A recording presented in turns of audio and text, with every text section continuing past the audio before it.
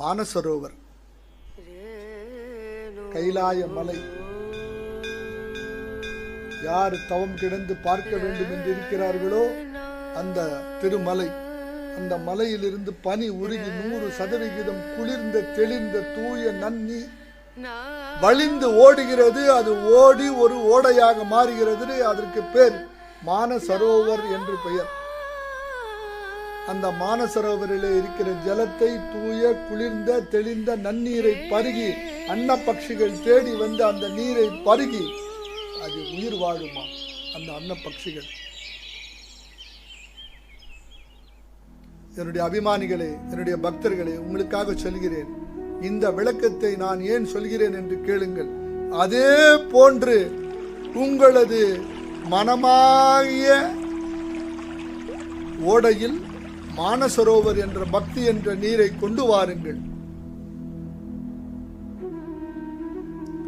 இந்த இடத்திலே நீங்கள் ஒன்றுதான் செய்ய வேண்டும், பக்தி சுரக்க வேண்டும்.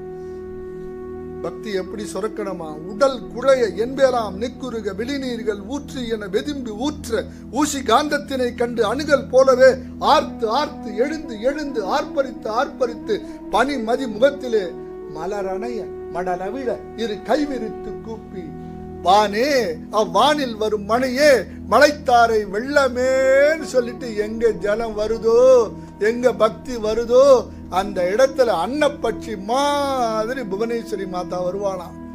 அந்த இடத்துல உங்கள் மனசை தயாராக்கி கொள்ளுங்கள். இப்போது வரப்போகிறாள் அன்னப்பட்சியாக புவனேஸ்வரி மாதா. துளிர்ந்த குளிர்ந்த தூய நீரை பருகுவதற்கு அன்னப்பட்சியாக புவனேஸ்வரி மாதா வருகிறாள். எல்லா ஐஸ்வர்யங்களையும் அருள் பாலிக்கிறாள். கொடுத்து கொடுத்து கொடுத்து கொடுத்து கொடுத்து அந்த தேவி பக்தமானச ஹம்சிகா, முனிமானச ஹம்சிகா. லலிதா சகஸ்ரநாமத்தில் இருக்கிற நாமாவளி இதுதான் வியாக்கியானம், இதுதான் பொருள், இதுதான் அர்த்தம். இதைத்தான் என் தந்தை எனது குருநாதர் எனக்கு சொல்லிக் கொடுத்தார். நான் உங்களுக்கு சொல்லி இருக்கிறேன்.